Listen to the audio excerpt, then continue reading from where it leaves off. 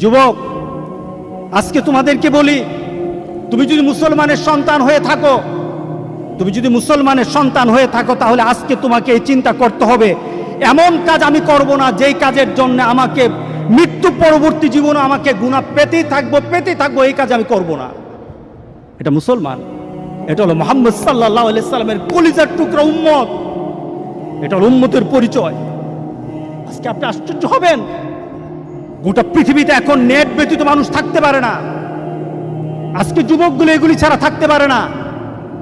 আজকে যুবকগুলি নিজেকে বিভিন্নভাবে সমাজের মধ্যে পরিচয় তুলে ধরছে, তারা মুসলমানের সন্তান, এই পরিচয় আজকে সমাজের মধ্যে হচ্ছে না। যুবক, তোমার জীবনটা যদি, তোমার চলাটা যদি কোরআন এবং সুন্নাহ অনুযায়ী হয়, আল্লাহর রাসূল আর নেককার বান্দারা যেমন সুন্দর মৌত পেয়েছে, রাসূল সাল্লাল্লাহু আলাইহি সাল্লাম বলেন তোমাদের মৌত তত সুন্দর হয়ে যাবে, তোমাদের মৌত তেমন সুন্দর হবে। রাসূল সাল্লাল্লাহু আলাইহি সাল্লাম বলতেছেন তুমি দুনিয়াতে যেভাবে চলবা মৌতও তেমন হবে।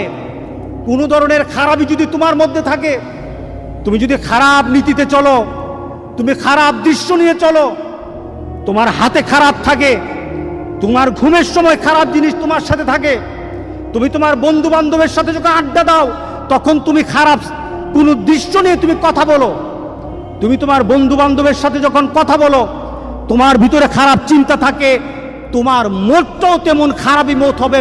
কে বলেছেন? মুহাম্মদুর রাসূলুল্লাহ। বিশ্বাস হয় না? বিশ্বাস হয় না? মুহাম্মদ সাল্লাল্লাহু আলাইহি সাল্লাম বলে গেছেন তোমার মতটা তেমন হবে। শুধু তাই নয়, কামা তামুতুন্না তুবাসুন, যেমন তোমার মত হবে তেমনই ভাবে তোমাকে আখিরাতে উঠানো হবে।